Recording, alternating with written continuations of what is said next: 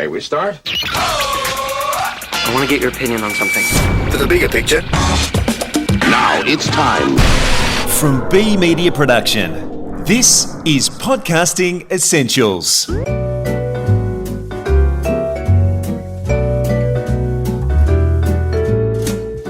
Hello and welcome to episode 14, season 3. I'm Chris Ashmore, and as you can tell, no Nick Schulberger and no Nicole Goodman this episode. Nick's away with the man flu, and Nicole's still overseas at Orlando, Florida for podcast movement. So in their stead, I have here with me B Media Productions executive producer extraordinaire, Heather Dawson. Hello, Chris. How was that for an introduction? Marvellous. Thank you. Oh, good. Like it. Now, Heather, normally you're there busy producing away, and for those who may not have heard you before, Heather's maybe the most experienced podcast producer in the country. You started in London with the BBC. Yes, all those years ago. All those years ago. Then Radio Television Hong Kong. Yes, in the radio section. That's right. Yes. And then a stint as producer of the award-winning morning show on 3LO. Yes, 774 as it is now, ABC in Melbourne. That's it. Now, yes. I reckon you've probably interviewed thousands of people over your career. What is it, Heather? What makes a good interview? What makes a good interview? It's almost indefinable sometimes, isn't it? What makes a good interview into a really great interview? Hard to say, really, but I like, well, obviously there's the topic, what you're talking about, and then there's the speaker. So there are a couple of different types of categories that I can put interviews into, speaking from a business interview perspective. And then there's the inspiring category, and there's the must-know category, which is a little bit more practical. So across the board, though, the most important thing is, of course, the speaker. Does he know how to talk with passion, he or she? Do they know their topic? Do they understand what they're talking about? And are they fluent? And all these things sort of come up into a big batch of, what makes a good interview. Someone who speaks with passion not only knows their topic, but understands the value of storytelling to really get their point across. And, it's often talked about these days, storytelling, yes, but, if you're talking about a business or a business success or a really successful business person, you don't just talk about the business, well, we did this and then we did that, then that happened, because that's just chronological. But it's the drama in between. It's the personal stories, the ups and downs, the heartbreaks, and all those things along the way that make a fascinating story. And so, speakers, if you want to be known, you want a profile, find your story and work out what it is and find the anecdotes that go along the way. So can I jump in? As an interviewer, you need to be able to bring those stories out of the speaker. So it comes from the questions that you ask them? Oh, yes, indeed it does. It can do. But it helps really if the speaker has got some personal feeling about what they're doing in their life and in their business. And, an interviewer sure can bring it out, but, it needs to be there in the first place, and it needs to be spoken with passion. I keep saying this word, but it does make a difference. Speak in pictures, I think, is a good way of putting it. Mm-hmm. And when I think of, some of the interviews that we've done at Business Essentials, I remember doing an interview with Carolyn Creswell from Carmen Fine Food quite a while ago now, but, that's a mega $1 million business now. But she described this picture of her and her mum driving around in their little old van round to supermarkets, stacking the shelves with their little Carmen boxes of muesli back in the day. And that stayed with me, that picture that shows that, even really big successful businesses start somewhere. And it was such a sweet picture of her and her mum. I remember talking to Leanne Faulkner from Billy Goat Soap, which is a successful brand as well, and she made it really successful. And then what happened? She fell into the depths of depression. She describes just simply not being able to open her bedroom door, not to be able to get up, not to be able to face her staff every day. And she, she picked her feet up and got going and got back into life again. But she painted a very bleak picture of how it was, and that's what business people go through. And it's good to hear those downs with the ups, to know that people can get through these times. And Another person that I loved interviewing, he was really charismatic, was a guy called Rod Butters. And people who don't follow footy might not know that name, but he was really successful back in the day in AFL administration. So successful, he said, that at one point he had a house so big that it had its own postcode. I could just imagine this huge house in Melbourne. But he lost everything to alcoholism. And he lost his family, he lost his job. But one thing he described was driving to work to a big important meeting, and all he could think about was how much wine there was in the fridge at home. And so, that's what addiction can do for you. But again, he picked himself up and got his life back. It was a painful road, but he did it, and now he's very happy, and he's on his way again. So those are great lessons, sort of inspiring stories that people like to hear about. And all those people spoke with passion and made great interviews. And great listening. Yeah. So what else is there about the role of the interviewer? Well, the interviewer's got a bit of a responsibility, Chris, I think. We could perhaps discuss another time the difference between a podcaster, host with a profile to build, and a regular audio journalistic type approach to interviews, which is probably where I come from more. But maybe we'll talk about that another day. Yes. Either way, the interviewer has to do their homework. They've got to honour the speaker and the audience by taking the time to study their story, to draw out all the dramas and the personal anecdotes and all the things I've spoken about already, and anything you can do to discover the background and bring that story to life. We prepare questions in advance, which we provide to the speaker, and there you run the risk of the speaker scripting their responses, and that's an absolute no as far as we're concerned. We've been known to tear scripts out of people's hands and put them aside. But think about who some of the great interviewers are that are familiar to people here, like probably Andrew Denton, Richard Feidler, Michael Parkinson. They're all sticklers for research. They get to know their subjects in advance. They scrutinise every detail. They prepare. And even though they have a enviable knack, I think, of making it sound so easy during the interview, many people they'd be amazed at how much work goes into it all beforehand. And I think Richard Feidler named what he does in the name of his podcast, which is Conversations. Makes it sound so smooth and easy, but he has done his homework. So, interviewer, take control. If you're in the driving seat, do you, yourself, your speaker, your editor a favour, do your homework and just make it as fascinating as you can. Well, for speakers who want to raise their profile on podcasts, what tips do you have? Well, I think if you're about to go in and do an interview or podcast, just try to talk naturally, talk with expression. Don't use jargon because that's just alienating. And I must say I get a little bit dispirited by too much technical talk or too much modern marketing spiel. The immersive discourse around the podcasting phenomenon of today's totally disruptive community is more blah, blah. Really, just talk naturally. You do that well. Don't patronise or condescend. Things like, I don't know if you're following me, really? But most importantly, speak from the heart. And if you think that you're not speaking from the heart, just practice a little bit more and putting more emphasis into your words, and away you go. So you mentioned earlier that you've got your inspiring stories, but you also got your need-to-know stories. What are some ideas about that? Yeah, I put that into a slightly different category, the need-to-know category, because a lot of speakers, you haven't got to have an action-packed, drama-ridden, life-telling story. It can be the tips and tricks type interview with, valuable advice for people, like the 5 keys to success or the 10 keys to a great podcast, which I know, you talk about that, don't you, Chris? I do.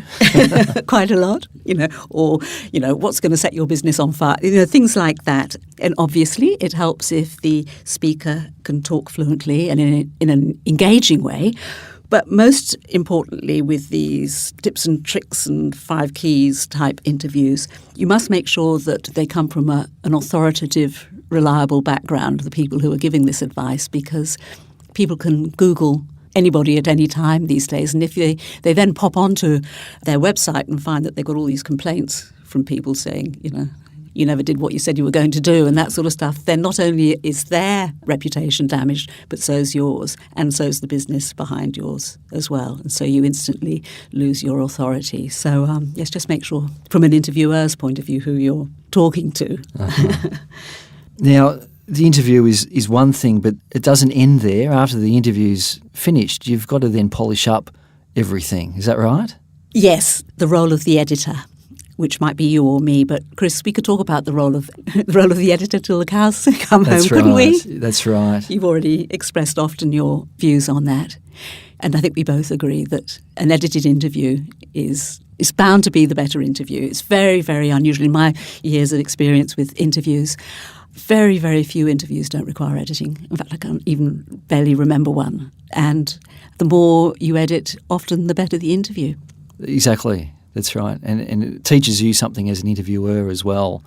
Certainly by does. keeping things succinct and not letting it just drag on. That's right. And interviewers have to remember that they're in the driving seat. And so sometimes they're doing themselves a favour and their editor a favour and the speaker a favour not to let the speaker rabbit on for too long, because sometimes they just can't help themselves. Saying that with the best, will in the world, but that's what happens sometimes. Absolutely. Well, they're all very good tips. Thank you, Heather. Now, speaking of interviews, for today's episode, I interviewed a workplace psychologist, Ellen Jackson, whose podcast was nominated for an Australian Podcast Award this year. It's called Potential Psychology, where she interviews experts in psychology, well-being and neuroscience to help people build better behaviour and performance. Not only does she love doing the podcast, it's helped build her name, her network and her reputation in the market. Now, Potential Psychology is also the name of her business. So my first question to Ellen, what is a workplace psychologist and what does she do? So I've spent the last 20 years working in and with organisations really to help with anything along the performance end of the spectrum. So it's helping people to be better leaders, be better communicators, to work effectively as a team. I do a lot of work with workplace wellbeing, so helping individuals, teams, groups and organisations themselves to thrive and flourish. So you started a podcast. I did. And when did you start and why? I launched in March of 2018. I actually started the process, I suppose, around thinking and planning and learning, a lot of learning, in late 2017. The why was actually because I was at a online entrepreneurship type conference. It was a mastermind session and we had the opportunity, there were a number of quite high profile international guests there who came round table by table, and you had the opportunity to ask them any question you liked. And the question I was really interested in was, what's the best way as a solopreneur, as a small consultancy, to raise my profile? And as each one came around, I asked the question and they each said, start a podcast. Really?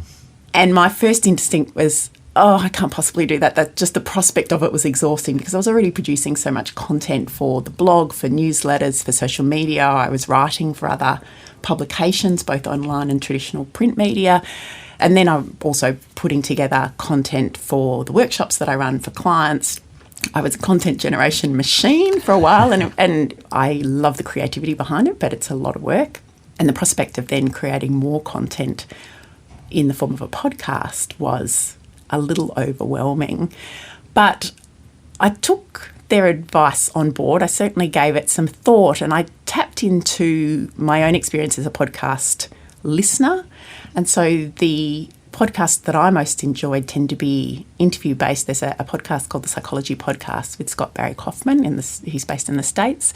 He interviews global experts in our field, in the field of psychology. And I love listening to it because I love to learn. And he's quite quirky. I just found his style, quite endearing and engaging, interesting to listen to. So once I tapped into that as a possibility, I thought, well, I could do something similar for particularly an Australian audience. We have experts in Australia who lead the way, particularly in areas of positive psychology, which is my field. And I thought, I know some of these people. I could start there, interview them, and see where it takes me. Well, let's sort of untie everything with your podcast. Can you tell me, how did you come up with the title, the artwork, and the thoughts behind it? Yeah, absolutely. So the name was highly creative. It is just my business name because that brand, that name is still very much, I think, explains what I do. It's the psychology of potential. So I stuck with that. That was easy once I'd made that decision. The artwork, I'm a big fan of outsourcing for things that are not in my realm of expertise or strength. So I went to Google, I think, and looked for podcast artwork. I found a girl in the States who specialises in podcast artwork. I had headshots that I'd already used for branding and my website. And so I sent her everything that I had and she came up with the artwork, which I loved straight away. Your episodes run for about 50 minutes? They do, 50 minutes to an hour.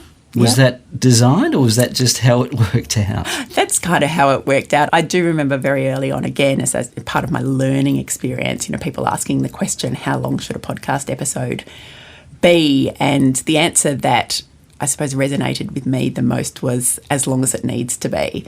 So my podcast episodes are largely interview-based. So I'm interviewing experts in psychology, neuroscience, a lot of researchers and academics in topics like sleep and the impact of music on our well-being and the impact of, stress and burnout in a number of different professions. There's a whole raft of different, but they tend to be experts, they're all experts, and they don't often get the opportunity to explain because human behaviour is complex. And traditional media, you might get, if you're doing a radio interview, if you're lucky, you might get 2 minutes at best to explain stuff that really is quite complex and nuanced and fascinating. That's one of the things that really drives my interviews is that my interviewees are always very passionate about what they do. So giving them the opportunity to talk about that in some depth and to be able to explain some of that nuance and the complexities. And then we always try to make it as practical as possible. So we cover tips for the audience about how they can kind of apply this stuff in their life. And so I've just found that as a general rule, they tend to run for 50 to 60 minutes. How do you do it? What equipment do you use? So almost all of my interviews are done remotely because I'm in regional Victoria and some of my experts are in Canada and the US and the UK and parts of Europe. So I use a pretty simple setup. It's a microphone, it's my laptop, I use the Zoom conferencing facility, and I do have a backup because I learned through bitter experience.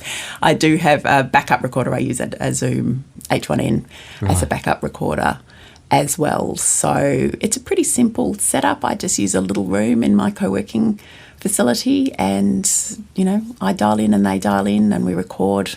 I can then upload the recordings to Google Drive and Andy, my producer, accesses it from there and he then does the production side of things for me and sends it back. So pretty easy and pretty inexpensive. Yeah. Look, the kit wasn't very much to set up. I mean, I kind of add to it. I think once you start developing an affinity for this kit, you go, and maybe I need that and maybe I need that. So, that's grown. But certainly as I started, it was a microphone that I think cost me less than $200. Zoom is free at a basic level to use. I think I've upgraded to the subscription level, but it's still not terribly expensive. So, you don't really need much to get started. And has it helped you get your name out there to your market?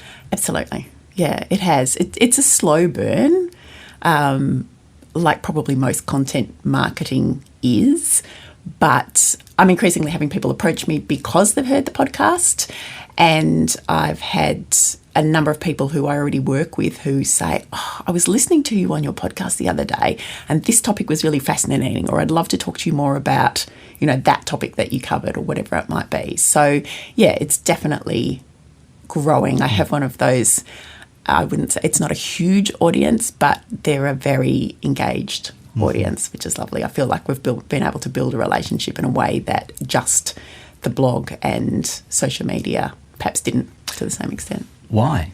Why do you think it's more engaging, a podcast? Look, it is, they hear me, in a way that they might kind of perceive my voice through written content, but they actually hear me. I tend to be fairly frank and upfront. I think I've learnt that it helps to just be yourself. I don't think I could be any other way anyway, so I don't self-censor much. I don't self-edit much. At the beginning of every episode, I do a little intro that might just talk a bit about, what I might have been doing with the conversations I've been having with clients, or perhaps, something that's going on in my own life. So I think you get to reveal yourself a little bit, and I suppose that builds up a sense of engagement, people getting to know you. So it is quite intimate in that way, which I really love. The other thing is that podcasting people can do, and this is what I often get, I have somebody come up to me and say, I was listening to you when I went on my run this morning, or, I was in the car, or I was cleaning the house, or I was, doing whatever it was I was doing. So they can do that whilst listening, which is something that other formats don't enable. You can't be cooking the dinner necessarily and reading a blog post. And maybe something about being in your ears is quite an intimate experience as well, or being in your car. I know when I listen to podcasts, if I'm driving, can really get caught up in that world. Maybe you should be paying a bit more attention to the road, but you really feel, by the time I get to my destination, that I've actually been sitting there having a conversation, or certainly sitting in on a conversation with the individuals involved, which I think really helps to engage people. Absolutely. Now, do you repurpose your podcast for blogs and stuff? Yes and no. I should do more of it. We're just starting to work on those sorts of things. What we do we do a guest profile for every one of our guests. So that includes a bio, but it also includes the tips that we've discussed, and that's something that individuals, or our listeners, can download. So we run in 10-week seasons. So I'll have 10 weeks of interviews and episodes, and then we have a break for 3 or 4 weeks. So during those breaks, we package them up both as blog posts and, pop them on our website to say, these are our top 10 parenting episodes, and these are our top 10 workplace episodes, for example, so that, people can kind of listen to them in groups like that, if that's what's helpful or meaningful. We've also put all our tip sheets together as little ebooks. We have a slightly longer summer break between productions, so we focus on putting that content together during that period. So the answer is yes. Yeah, it is. Very much so. I think there's probably a lot more I could do, right. Certainly in the way of blog posts and social media. It's just, it's all part of the learning experience. Now, for anybody who's listening to this and they're thinking of doing their own podcast, or perhaps they've even started it but are having some difficulties, what's your advice? How do you make a good podcast? I'm big on motivation. It's a lot of what I talk about in workplaces, on the podcast, in all the work that I do, and tapping into what intrinsically motivates you to do it. So, as I said before, for me, it's about the opportunity to learn. I really enjoy the relationships that I've developed through it, both with the guests but also through my audience. And I think that creates the opportunity to really tap into that and keep doing it. So that sort of helps with the motivation to keep going. If it's starting out or perhaps stumbling, outsourcing has been amazing for me. That's really helped. I think the other thing that has helped a lot has been the seasonal approach, so giving yourself a break in between, because I think I would burn out. I just need that opportunity to kind of gather my thoughts and then plan again. And also you want to be able to go on holiday and you want to be able to do those sorts of things without constantly feeling like you need to produce and produce and produce. Well, Ellen, it's been an absolute pleasure to hear about your podcast and how you produce it. Thank you for your time and good luck. You're very welcome. Thank you. That's Ellen Jackson.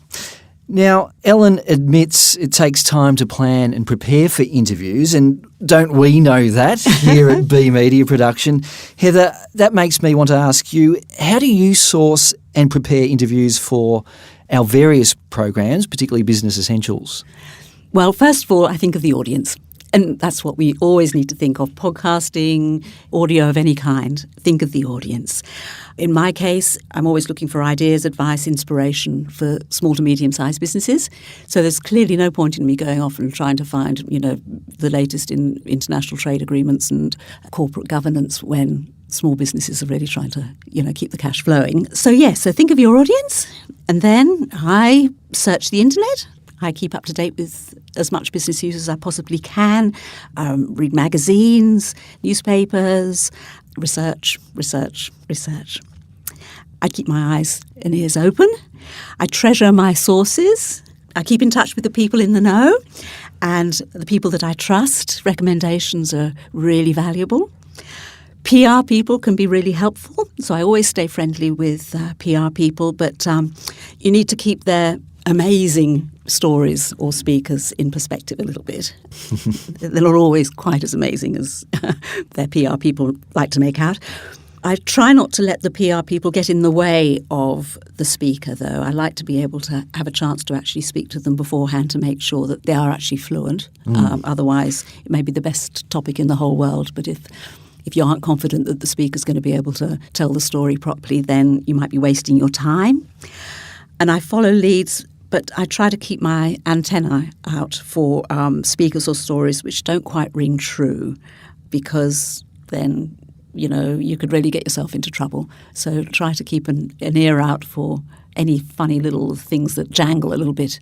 So I'm aware of that. But yes, I look each and every way I possibly can at all time, and haven't run out of any stories yet. Well, touch wood. Touch wood. How do you contact somebody that you really want to interview and you don't really know where to go? Well, that's the power of the internet. I mean, back in the day when I was starting out as a journo, you didn't have the internet. That was really much, much harder than it is these days. What would you do? You'd write letters, send faxes.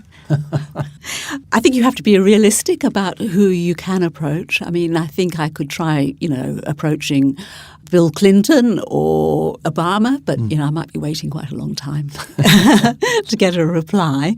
So I'm aware of that. You be realistic. But then you could ring them. I prefer to send an email explaining where I'm coming from and why I want to interview them. I honour their time by not sending them reams at the first instance, but just hope for some sort of reply. Sometimes you have to go through middle people, but, if you persevere, you usually get there. Well, most people tend to be okay to be interviewed, don't they? They do, yes. Most people are happy to be interviewed. It's surprising, but which is great, which is fantastic. And if they aren't, you don't take it personally. You just move on and, in my mind, I think, well, that's their loss. Exactly. Good attitude. Yes. Well, Heather, I'd like to thank you for joining me in the studio. You didn't say no. So thank you so much for being part of this episode. Pleasure. Nick, no doubt, will be back, and Nicole back from the United States. But for now, that's it for episode 14 of Podcasting Essentials. For those who are listening, want to find out about what we do, please go to be.com.au. But until next time, thank you all for listening.